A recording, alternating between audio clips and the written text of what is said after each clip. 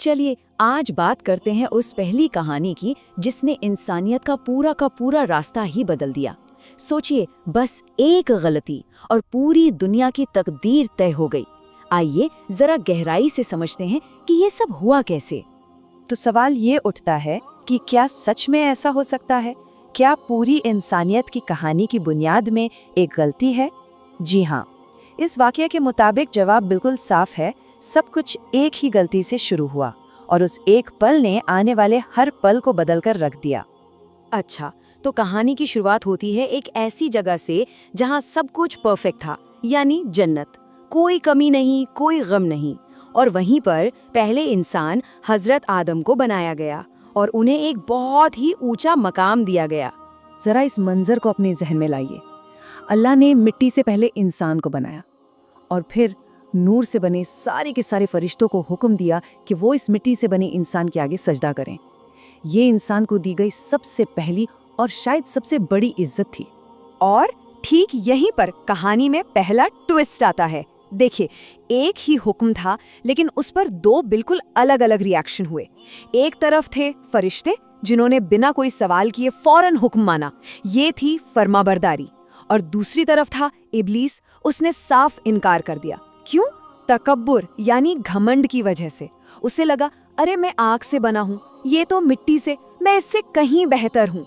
बस यहीं से तकब्बुर और आजिज़ी की पहली जंग छिड़ गई। अब जरा सोचिए, हजरत आदम के लिए जन्नत में हर तरह की नेमत थी, हर तरह की आज़ादी थी। बस सिर्फ एक ही पाबंदी थी, एक बहुत सीधा सापा हुक्म जो असल में उनके लिए एक इम्तिहान बनने वाला था। तो अब देखिए, सीन पूरा सेट है। एक तरफ जन्नत की बेशुमार नेमतें हैं और दूसरी तरफ बस एक पेड़ जिससे दूर रहना है। और इसी एक पाबंदी को तोड़वाने के लिए शैतान अपनी चाल चलने के लिए तैयार बैठा था। देखिए, ये जो गलती हुई ना, ये अचानक नहीं हुई, इसके पीछे एक पूरा प्रोसेस था। पहला स्टेप, शैतान ने आकर फुसलाया, बहकाया, झूठे वादे किए। दूसरा स्टेप, वो गलती हो गई, जिस फल को खाने से मना किया गया था उसे खा लिया गया। और फिर आया तीसरा और सबसे जरूरी स्टेप, गलती का फौरन एहसास होना। और यही वो पल है जो शायद इस कहानी का सबसे इंसानी हिस्सा है। फल खाने के फौरन बाद उन्हें अपनी गलती का बोझ महसूस हुआ। वो शर्मिंदगी और पछतावा इतना ज्यादा था कि उनकी आंखों से आंसू बहने लगे। और उनका ये रोना इस बात का सबूत था कि उनकी नीयत में खोट नहीं था। गलती शैतान के बहकावे में आकर हुई थी, जानबूझकर नहीं। तो गलती तो हो गई, अब क्या यहीं सब कुछ खत्म हो जाता है? नहीं, बिल्कुल नहीं। असल में कहानी का एक नया चैप्टर यहीं से शुरू होता है। तौबा यानी माफी मांगने का, और रहमत यानी मेहरबानी का चैप्टर।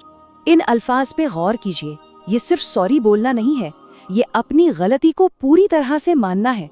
इसमें कोई बहाना नहीं है, शैतान पर कोई इल्जाम नहीं डाला जा रहा, बस अपनी कमी का एहसास है और अल्लाह की रहमत पर 100% यकीन है। असल में सच्ची तौबा यही तो होती है। और अल्लाह जो सबसे बढ़कर रहम करने वाला है, उसने उनकी सच्ची तौबा को कबूल कर लिया, मतलब माफ़ी मिल गई। लेकिन देखिए, हर एक्शन का एक नतीजा होता है।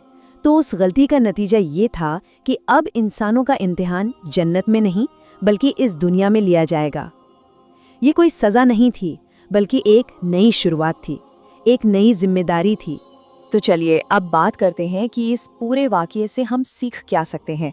इसका मतलब क्या है हमारे लिए? सबक बहुत ही साफ और सीधे हैं। पहला, हम इंसान हैं, हमसे गलतियां होंगी, ये कोई बड़ी बात नहीं है। बड़ी बात यह है कि हम उस गलती के बाद करते क्या हैं। हजरत आदम की तरह अपनी गलती मानकर तौबा करने वाले अल्लाह को बहुत पसंद है। और दूसरा सबक इब्लीस के अंजाम में छिपा है, घमंड। ये सोचना कि मैं बेहतर हूँ, ये सिर्फ और सिर्फ बर्बादी की तरफ ले जाता है। तो चॉइस हमेशा से यही रही है, आदम वाली आजिज़ी या इब्लीस वाला तकब्बुर। और आखिर में ये कहानी हमारे सामने एक आईना रख देती है। ये कोई हजारों साल पुरानी बात नहीं है, ये हमारी रोज की कहानी है। जब भी हमसे कोई गलती होती है तो हमारे पास दो रास्ते होते हैं। हम हजरत आदम की तरह पछतावा और तौबा का रास्ता चुनते हैं, या फिर इब्लीस की तरह तकब्बुर और बहानों का। इंसानियत की ये पहली कहानी आज भी हम सबसे यही सवाल पूछ रही है।